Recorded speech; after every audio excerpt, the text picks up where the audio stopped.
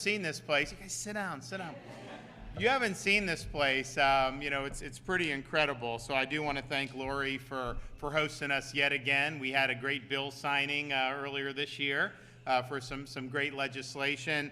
And today, I'll be joined by Commissioner Wilton Simpson talking about how we take puppy protection to the next level. There's been a lot of things we've wanted to do over the years that somehow always grinds to a halt in the legislature, and now we want to make sure we get all this across the finish line. We are joined today by Commissioner of Agriculture Wilton Simpson, our Department of Business and Professional Regulation Secretary Melanie Griffin, and of course Lori Simmons, founder and CEO of Big Dog Ranch Rescue. We're also joined by, I believe we have Senators Garcia and Harrell, Representatives Weinberger, Gerwig, and Gossett-Seidman. Are you guys here? Oh, good, yeah. So it's always great to see you guys. We've, my wife, so in her prior iteration before First Lady, had a TV show, and what she would do is she would scour the dog, where they would potentially euthanize, the shelters where they could potentially be euthanized. They should be no-kill shelters, but some places run by cities, whatever. So she would basically find them that were due to be euthanized. She would put them on her TV show and say, please adopt it, and she got a good response. But what she would do in the meantime is bring them home. So I would show up, and there'd be like a new dog running around sniffing me. And then she brought cats, and she did a lot of other stuff. And then more recently, we've helped get dogs adopted out. I mean, we've had a number of them running around the governor's mansion that have been able to find good homes. They did, Casey and the kids rescued a couple mutts that the kids really like, so we do have those mutts permanently. I don't think the kids would let us adopt those out, and they're very scraggly, kind of like left in the wild in Tallahassee in some urban area, and then they get and then the kids love them. So we have that, and my kids, they're here somewhere with Kate, but I think they just like all the dogs. So I think they're looking at dogs. I don't think we're doing it. So we've done that, and so we know how important it is, and that's obviously the mission here of Big Dog Ranch. More than anyone has done such a great job. And part of it is just these are our friends. Like, it doesn't matter how bad everything's going on in the outside world. You come home, man, that dog's going to be there for you and want to greet you. And they truly are man's best friend. And part of that is important. But I will tell you, they've had huge impacts on advancing policies, helping people in the community, and you name it. One of the things that I started doing very early on when I was first elected into office, 10 years ago, or whenever it was recognize that we had a lot of military veterans that had a lot of mental health problems. And you saw veteran suicides. I mean, it's still something, that we grapple with. I mean, part of that is just the legacy of the GWOT, Global War on Terrorism, where you didn't have a draft. You had a small number of people going over and over, Afghanistan, Iraq. It was tough. And it creates invisible wounds when you come back, and those are not as easy to deal with in many respects as the physical wounds. And I think what the VA did for many years was just say, yeah, it can all be solved with pharmaceuticals. So, okay, you have this, write a script. Well, that did not work for many veterans. And honestly, I think a lot of people that I've talked to in the community think it contributed to the suicides. But one of the things that worked was pairing the veteran suffering from post-traumatic stress with a specially trained service dog. So you had these organizations.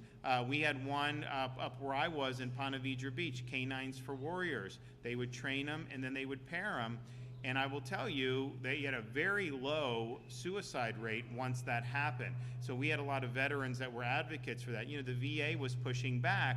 They didn't want to embrace it. Finally, legislation was passed forcing their hand where they had to do that, and it's had a very positive impact. We also, my first year in office, signed Senate Bill 388 to authorize emergency service vehicles to transport injured police canines to a veterinary clinic so that they can get the care they need to recover if there's no individual requiring medical attention. So EMTs and paramedics can now provide emergency medical care to an injured police canine at the scene of an emergency or while the canine is being transported. And so that obviously has helped save lives.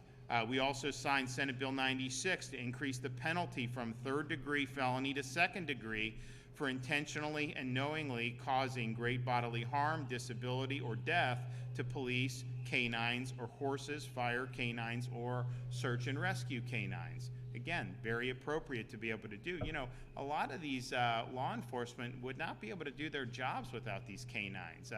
Huge force multiplier, definitely save lives. I mean, I remember being over in Iraq, you'd see these the handler come in with it, and you know, and they would have like training where you'd have like a big thing on your arm, but man, they just say boom, and that dog, boom, got it and just subdued. And so, you know, you're talking about a terrorist in a man dress or something.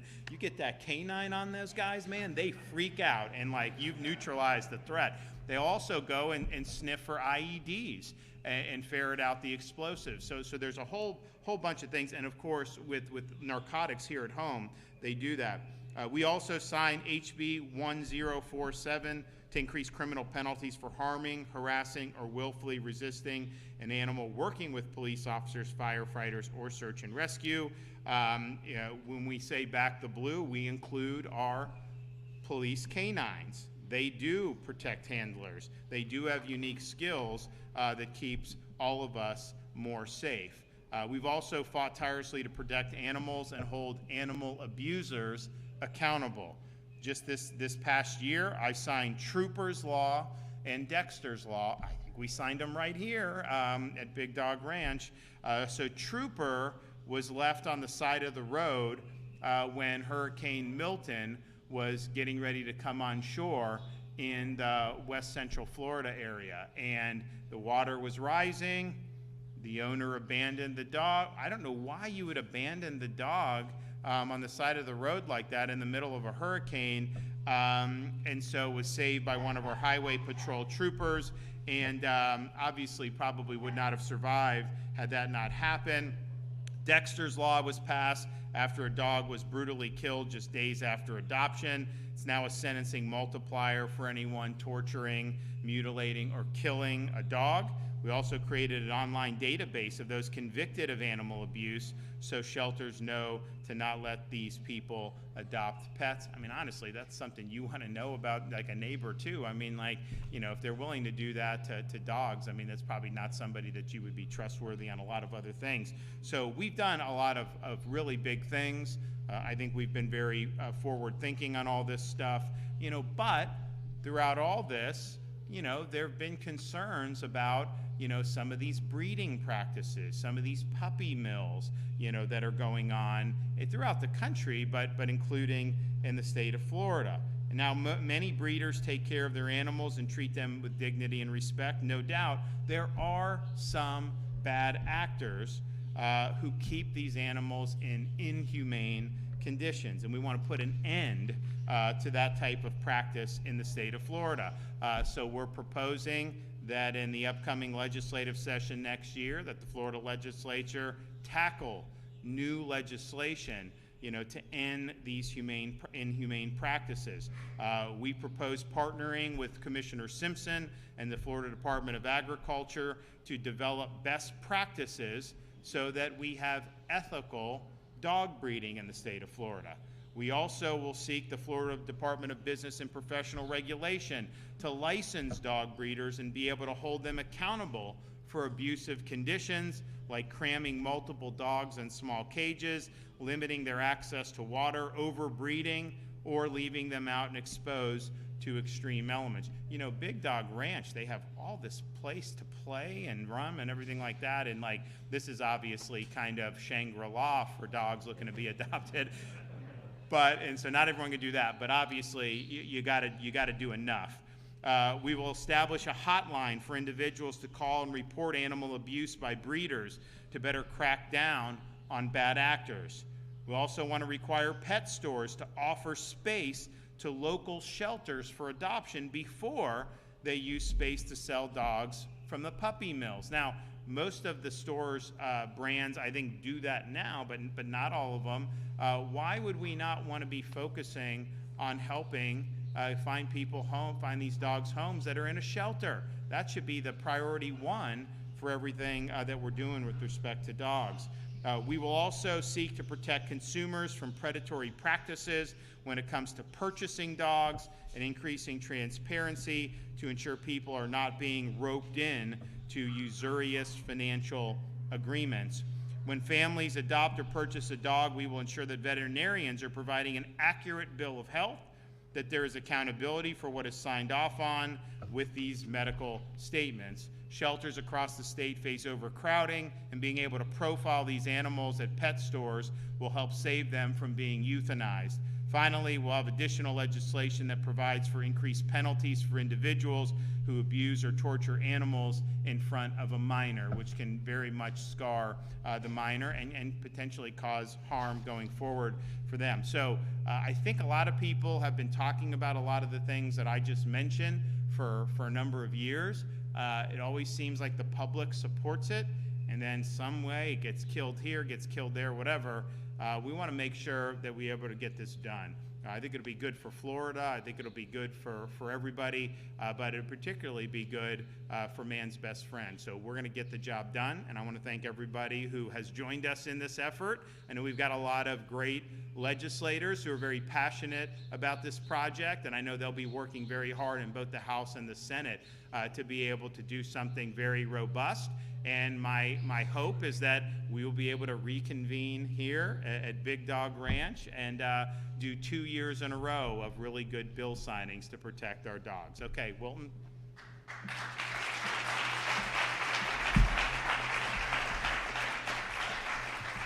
Thank you, and I want to congratulate Lori for getting us all here today. And I've known Lori many years, and if you know her passion for dogs, this is just a small tip of the iceberg to be here today at Big Dog Ranch. And by the way, we have a big fundraiser coming up in a few weeks. Everyone can attend or send resources to get this done.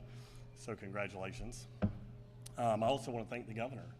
You know, the governor has led, I've worked with the governor his 7 years as he has been governor, and he's done an amazing job for Florida.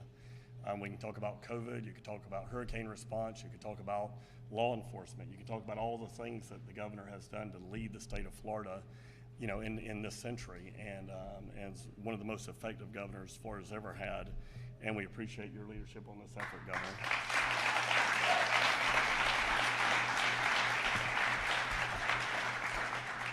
Today, we are here to create a transparent, consistent breeder registration system. Breeders should operate ethically, humanely, and responsible. To all of our pets, we all know our pets are our extended family members. I have to give my 3 grand dogs a shout out today, or I wouldn't be doing my job. They don't know I'm doing this, by the way, so this will be news in Dade City. But Pluto, Pongo, and Espen are all back in Dade City this morning in very nice homes. And you know, I would say very similar to this, but just 3 of them, not 800. You know, the department has had, the Department of Agriculture is home to our state veterinarian and the Division of Animal Industry. We have decades of experience with BMPs, best management practices. The department has just recently updated all 13 best management practice manuals, working with farmers, IFAS, and the University of Florida and others. BMPs have greatly reduced fertilizer use. They've greatly reduced, in some crops, 40 to 80% less water for the same crop, or even more crop. So we're very, very proud of what best management practices does here in the state of Florida. Today, we're going to bring that same expertise in establishing best management practices for dog breeders, ensuring standards are science-based, practical, and enforceable. We will work with the Florida Board of Veterinary Medicine to ensure that the BMPs are based on the latest advancements in animal care and are effective. The department is proud to partner with Secretary Griffin and the Florida Department of Professional Regulation, which will take on the critical role of registration and oversight. And so we're all in this together, right? These are extended members of our families. We know that. We need to take this issue as serious as it is. And I really do appreciate the governor and his work in bringing this forward. And Lori, again, I want to congratulate. I've known Lori for many years, by the way, and I've heard about this for many years. Hopefully this year we will get something like this done and be very effective. Thank you for having me, Governor.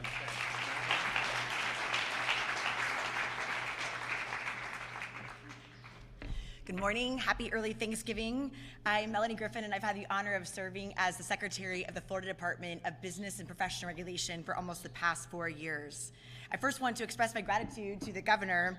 Under your leadership, the department's mission has remained clear and consistent to protect Floridians and uphold common sense, transparent standards while cutting bureaucracy and red tape. Each day, our team works to license efficiently and regulate fairly, ensuring that trust, accountability, and safety is across Florida and at the forefront. Like so many of you, I am a proud pet owner. My son Maverick, who is on fall break, is here with me, and our 12-year-old golden lab, Molly, is absolutely our best friend. She is the highlight of our day and always cheers us up when we're having a sad moment or need a little love. We've been texting my husband this morning, threatening to Lori, take one of your dogs off your hands, so surprise, Mike, if that happens. But what we're really here to do is to discuss today that ensuring that when families do make that critical decision to bring home a pet, they can do so with confidence, knowing the animal is healthy, cared for, and not the victim of neglect or mistreatment. We are here to explore ways to strengthen safeguards so animals are protected before they're sold and consumers aren't forced with heartbreaking situations after the fact. The vast majority of breeders and sellers in Florida are responsible, compassionate, and professional, and they do the right thing. Our goal is to create a fair, level playing field, supporting these good actors while holding bad actors accountable as they should be. Through greater transparency, a focus on animal welfare, and consistent enforcement, we can make sure that every pet in Florida receives the love and care that they deserve. By continuing to work hand in hand with veterinarians, responsible breeders, retailers, shelters, and local officials, we can build policies that keep animals safe while supporting businesses that operate with integrity. No one wants unnecessary red tape, but what we do want are clear, enforceable standards that prioritize safety, fairness, and welfare, fully aligned with the governor's results and his driven approach. The legislature represents a common sense solution that protects families, supports responsible businesses, and strengthens animal welfare across our state. We are thankful for the governor's leadership and partnership, and of course that of Commissioner Simpson's in this legislation, and we look forward to continuing our work with all of you and the legislature to deliver meaningful, lasting policies this session. Thank you.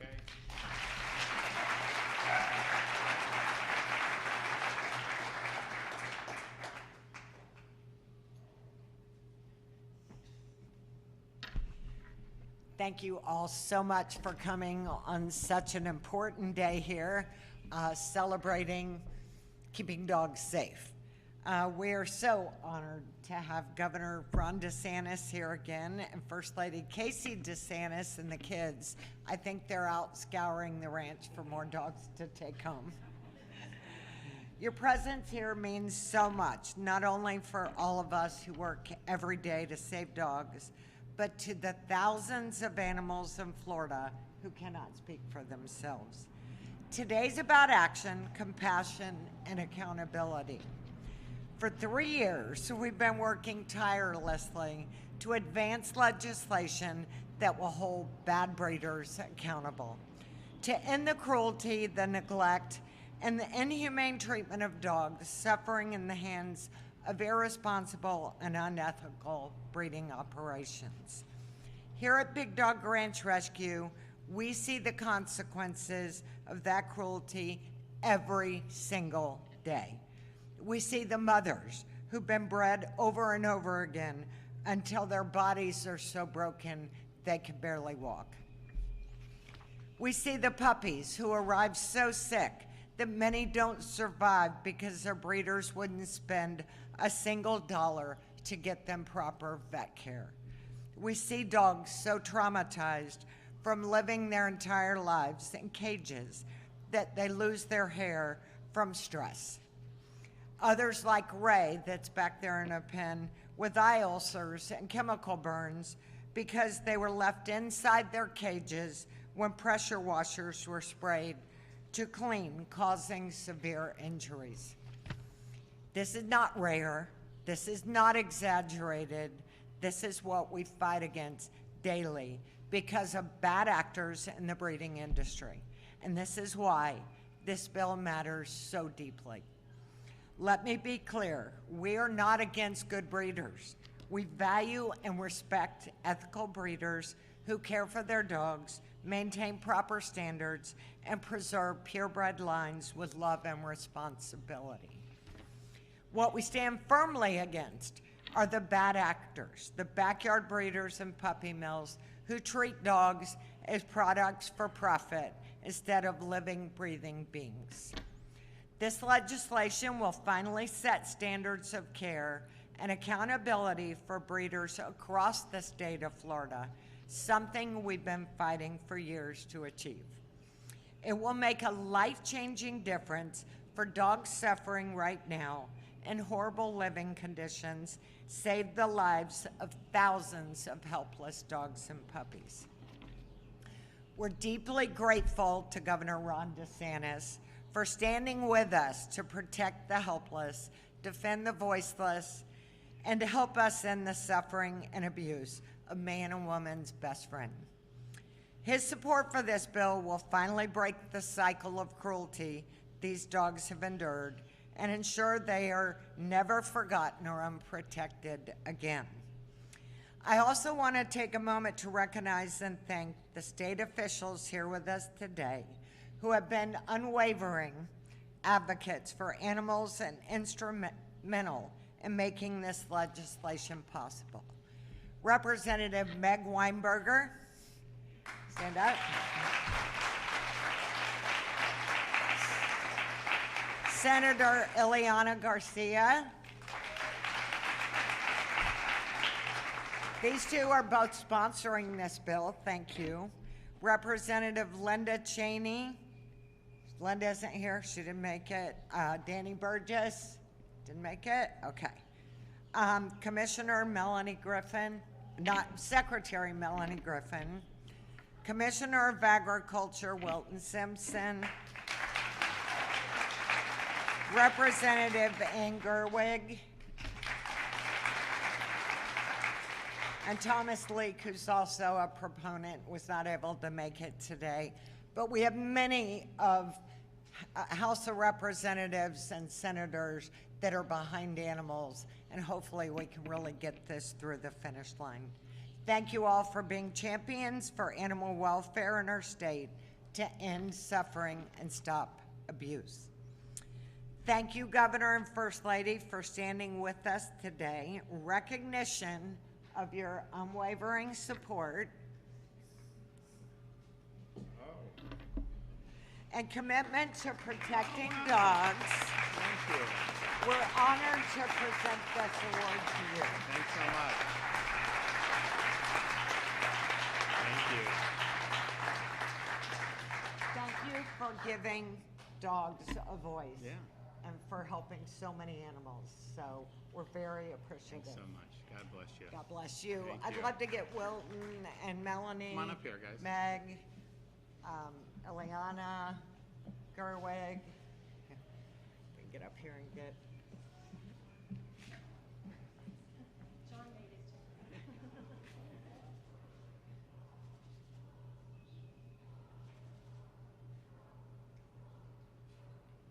All right. Okay. Congrats. Thank you. You want to put it back in the box? What's that? Oh, yeah. Thank you. I wish you could have done it. Give it to you. Thanks. Well, I'll put that my office right next to the Winston Churchill bust. I got a few years. I don't remember when, but it's a cool bust. So I want to thank everybody for being. It seems like you've got a lot of heavy hitter legislative support. She always gets good. I don't know how she does. She always gets stuff that people care about, and she gets it across the finish line in the Senate. So hopefully you'll be able to get that done again today. And yeah, look, I think this has been a long time coming. You and I had this conversation after the bill signing last year about I said, well, we'll do it. And then so, you know, we follow through. Now, if somebody wants to get a dog here, how do they go? How do they go about doing it if someone's watching right now? Apply online. BigDogRanch.com? No, bigdogranchrescue.org. And do they? Or bdrr.org. Cover your bases. And if they go on there, do you have like profiles of the dogs that are available? So, or how does it work? All of our dogs are on the website. Oh, good. Ready to go, and we have, between here and Alabama, we have over 1,600 dogs here right now. They all need homes for the holidays. Says they have 1,600. So if someone is in like Palm Beach County and they want, and you have one in Alabama, you'll transport it here for them to pick up. Take a dog anywhere it needs to go. Okay. Okay, so they'll do that. So if you're interested, this is, I mean, honestly, just to see this place is like worth a field trip. I don't think they don't really have anything like this anywhere else that I've seen. And, you know, my kids and my wife didn't make it to the prep because like they saw these dogs everywhere, and so they just got sidetracked, and my kids are playing with them all. But if you go online, you can figure out what you want and then come and get it, and you know, that'd be really, really good. And we've you know, like I said, we've helped profile some folks, some dogs, and they get adopted pretty quickly when we put it out on our social site. So if you need me to profile any, we're happy to help again on that. I think it's important for everybody to be able to do it. But yeah, so bdrr.org or bigdogranchrescue.org. Go there. Hopefully you can make a dog nice and happy for the holidays. Okay, anyone have any questions back there? Yes, ma'am. So ultimately, would the state want all breeders to have a license for certification? Yeah, I think we want to have a licensing. It's a way to ensure standards are met, and I think doing it in a way that's efficient and not intrusive, because most of the breeders do a good job, but you know, there are some that are going to run afoul, and we want to hold them accountable.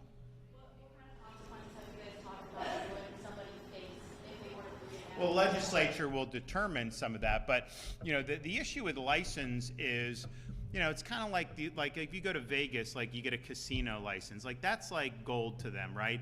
Because if you run afoul and they pull your license, well, then all of a sudden, you know, you can't operate. So just the fact that you ensure that, and people could lose a license to operate, that's a huge thing in and of itself.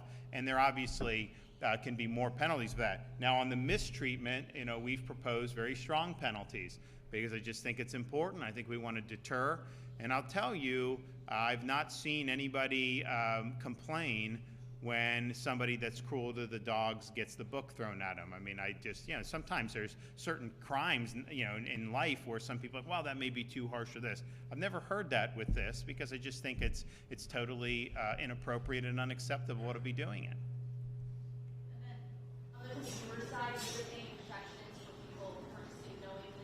Yeah, so there's transparency proposals for health of the dog, financial arrangements. You know, they'll do some of these financing schemes, and then people can't afford it. And then what happens to the dog? You know, it's just it's not the way to do it. Now, if you come to Big Dog Ranch or you go to your local animal shelter, you won't have to finance, right? I mean, because like the goal is to get them adopted. They're not trying to, you know, to make a fortune off it. They're trying to just help the dogs. And that's why I know people that are involved with dogs always recommend that you do check with your local shelter. You know, there's a lot of good. Now look, the ones that my kids like that they would not let us adopt out when we rescued them, they're mutts. Like they're probably like super mutts, right? Like I don't know how many different things. And it's fine, it's fun. But you know, some people want, you know, they want a French bulldog or they want this or that. But you know, you have a lot of Frenchies here, and you have pretty much every breed that could be imaginable here. So it's able to get done, and hopefully more and more people will be able to do that. So, all right, so the mission is, you legislators, churn this out, and then we'll set a date to come back here.